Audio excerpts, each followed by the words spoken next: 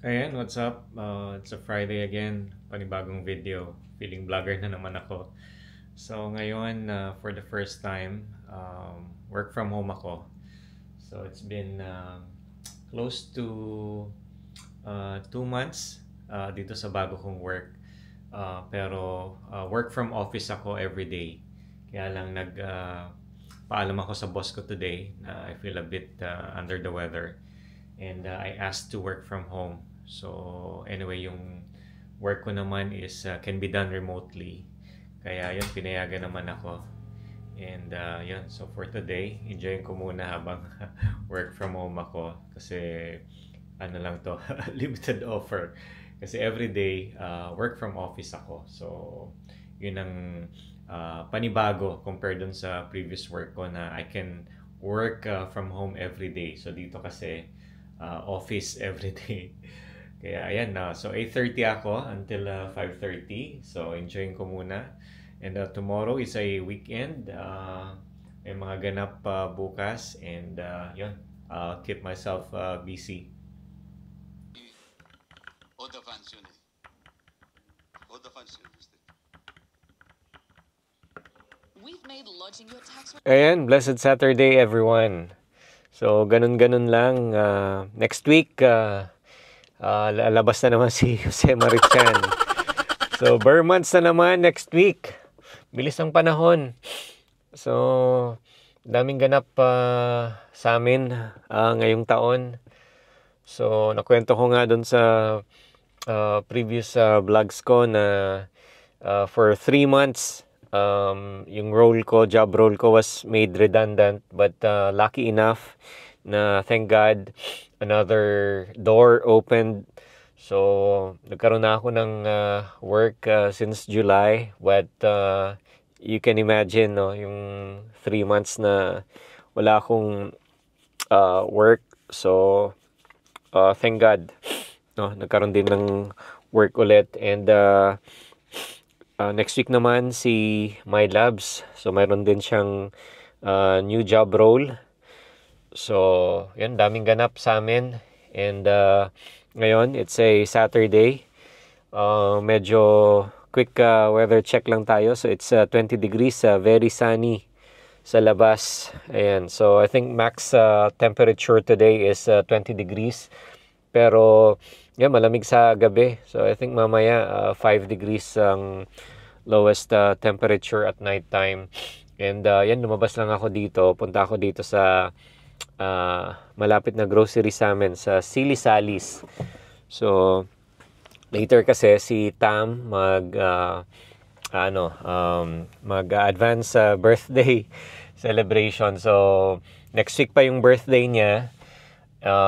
It's a Wednesday. So isa-celebrate na lang namin ngayong weekend. So may mga friends siya na in-invite. So konting salo-salo lang with his friends. So bibili ako ng spoon and fork. So yung mga ganun, water and juice. And yun, nag-order lang kami ng food sa labas kasi parehas din naman kami ni My Loves na hindi nagluluto. So nag-order na lang kami and simpleng salo-salo with his friends. And yun, 21st birthday kasi ni Tam. So very simple lang. So ganun-ganun lang. Meron na pala akong 21 years old. So that shows my age. So bilis ng panahon. So ayan. So later ulit. Daan muna ako dito sa groceries. See ya. Ayan, dito kami nag-order sa Kain Tayo Perth para sa birthday ni Tam. Yan, simple lang naman yung handa. Sino muna? Send muna. Ay, bara.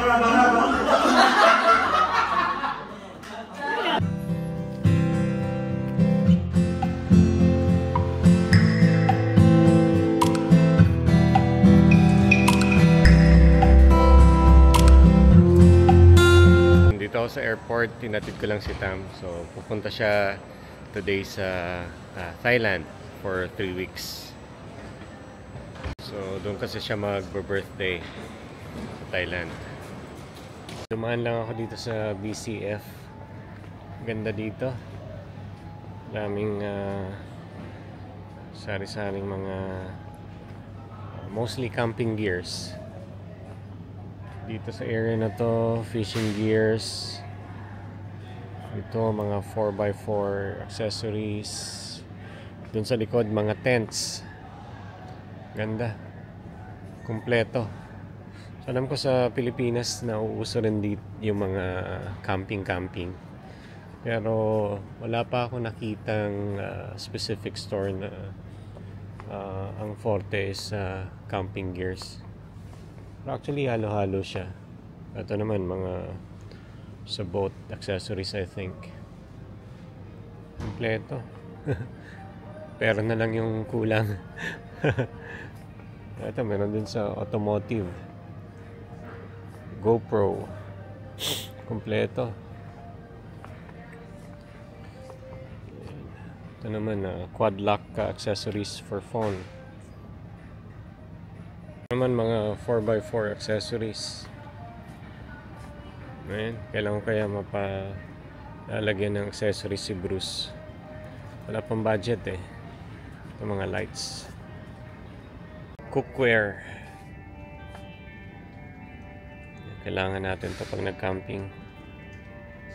Pero tingin-tingin muna, wala pang budget. Mga Yeti water bottle. Built for tough to mga ganito. Lifetime na, hindi na masisira.